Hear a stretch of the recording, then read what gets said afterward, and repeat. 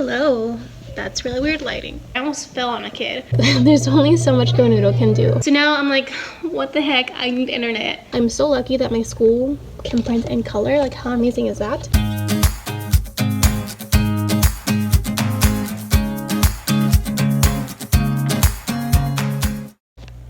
Alright, so it is Sunday. Alex and I just got back from grocery shopping, and actually tomorrow I have my very first student birthday of the year, which is way faster than I thought it was gonna be. So last year I gave my students a little goodie bag with little I don't know, toys like this. But I wasn't ready for that. So I went to Walmart and I bought some stuff. So I bought the little bags. I like the ones that I had last year better. They were from Target. But the Walmart here is a lot closer than the Target is. So I also bought some of these sticky bouncy balls. I bought some of these neon springs, more bouncy balls, and then some scented crayons. So those are the things that are going to go in the goodie bag. Then for the day, if it's a boy or a girl, they'll wear one of these. And then they'll also wear this happy birthday sash that lights up somehow. But yeah, now I'm ready. I'm going to go ahead and start making those goodie bags if I have time. We actually have our engagement pictures today, so I think I have an hour before we have to leave. So, and I have to get ready, obviously. So, let's do that.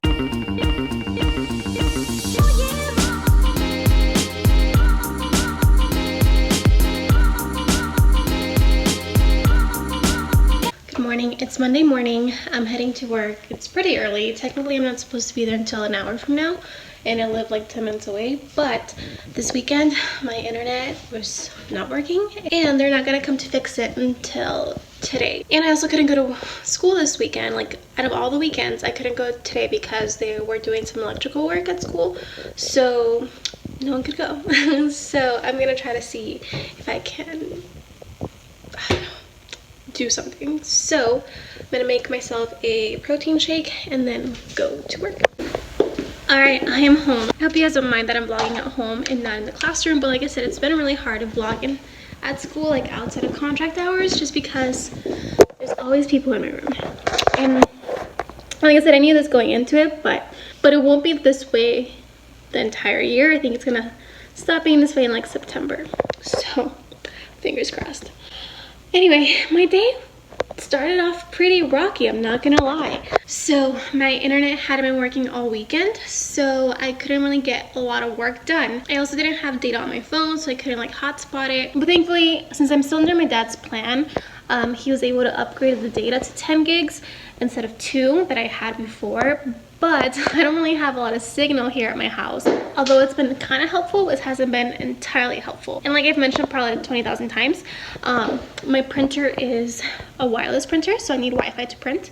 So I wasn't able to do that. So my plan for today was to go to work an hour early and print all the stuff I needed and laminate as I went.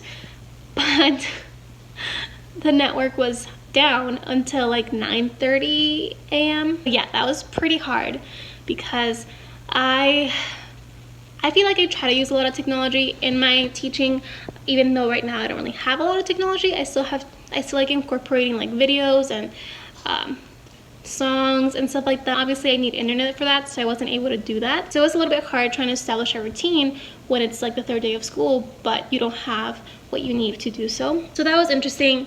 And then I was wearing the shoes that I pretty much wear almost every day. They're like my little tiny heels, like they're like chunky heels and they're about this high. I rolled my ankle really bad, and I think, oh yeah, it's swollen. So that happened like first thing in the morning when the kids were there. I almost fell on a kid. And it hurt really bad. I wanted to cry, but I didn't. It was fine, but sometimes the pain would shoot up all the way up my leg. Sometimes it was just isolated. I don't know. I have really weak ankles. When I was in high school and I played sports, I would always like roll them, sprain them, everything. So this does not surprise me, and I'm pretty clumsy, so. But I feel like once the internet was up and running again, I was able to get back into the routine I wanted to establish, so that was fine. Then I introduced my writing routine that I did last year, so where you think of an idea, you share your idea with 3 partners, musical, like not musical chairs, like freestyle style, and then you write it down and the whole class is silence for the whole duration of like 10 minutes, I think it is. And it went pretty well. It gave me a really good insight of where my students are at when it comes to writing, and now I can tailor my teaching more towards that. What else happened today? There was also a birthday today. Birthdays are always like big distractions, so I had told the mom to come in at 2 o'clock, which is what I would do before, so 30 minutes before dismissal, and I quickly realized that that was not gonna work for future birthdays.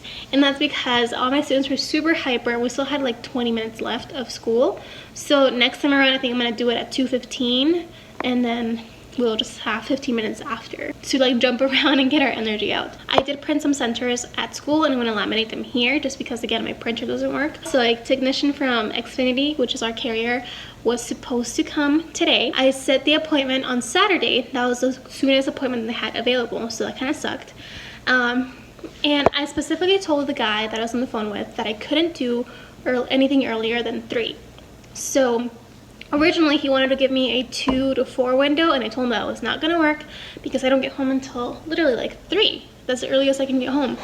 And he's like, okay, fine, like we'll switch it over to 3 o'clock. And he didn't. I got a text at 2:15 saying that the technician was outside of my house and he waited and he left because no one opened the door.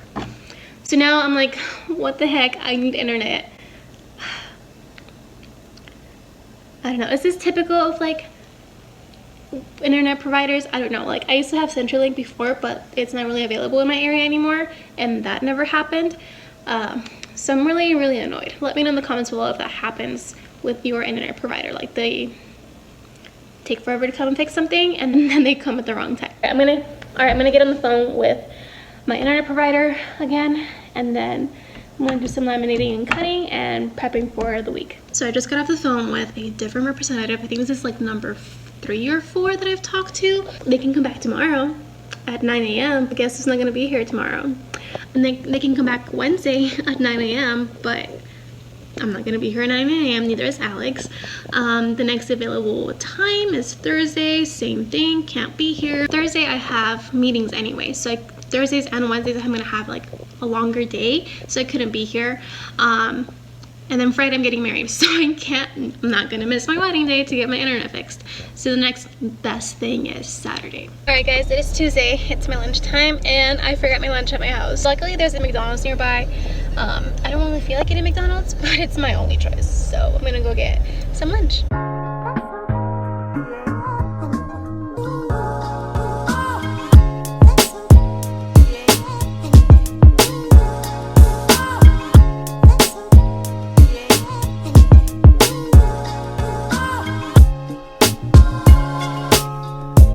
Hello, that's really weird lighting. I'm still in my classroom. It is like 5:05. The after school kids are out of my classroom. I think they're outside finally. It's been so hot this week that they haven't been able to go outside. So now that they're gone, I'm just gonna vlog a little and update you guys.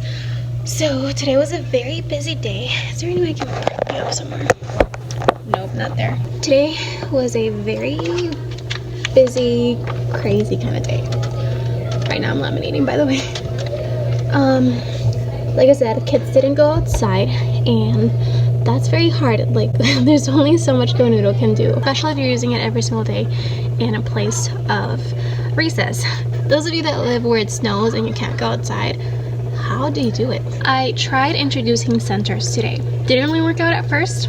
I tried to break up the class into 2 since I had 20, so 10 and 10. So my plan was for me to have one group and my aides to have one group and introduce centers like that. Didn't work out as well as I wanted it, just because my room is pretty small and there are tons of kids in here. So it felt louder than it would in a bigger classroom, I think. So we took a break, and then when we came back from break, I pulled only 3 students at a time, and my aide did the same while the other kids were working on my early finisher bags.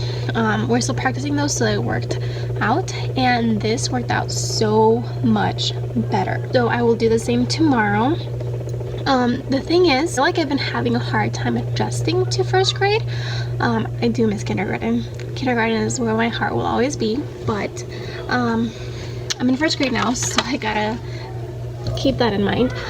But I just feel like there's a huge range in abilities, and I'm not the only one that said this about my class, but I feel like I have very high kids, but also very low kids, and there's nothing in between.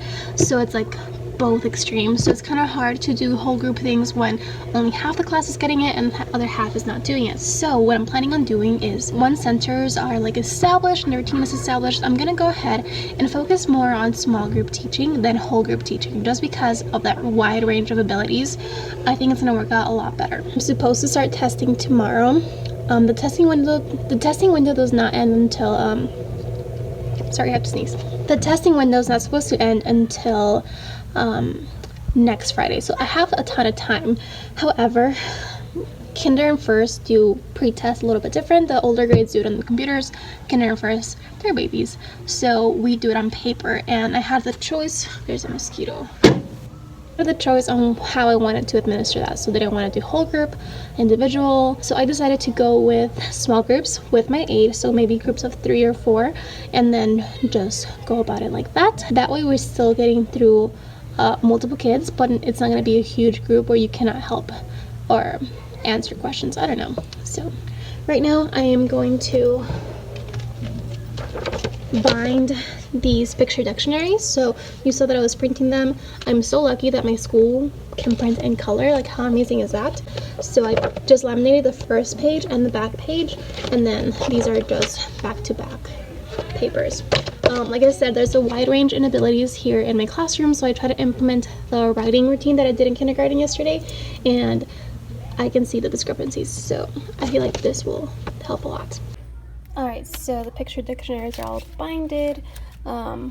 Last year I had them a little bit smaller and I did not bind them. I used the zip ties because I didn't know how to use a binding machine, or actually I don't think I knew that we had a binding machine, so this looks so much better. This dictionary is from the Reading Fairy on TPT. I will link it down below. I also love her themed picture dictionary. I am probably going to make some copies of that too, but for now, this works. So it's 5:44 and I'm just leaving. I did not plan on staying this late, and I felt like it didn't do much, but it took forever. So I made a few more word wall words, kind of like I did in kindergarten, where they were magnetic, interactive. I'm hoping that's going to help my lower students, and I had to redo a ton of them because apparently I didn't say them last year.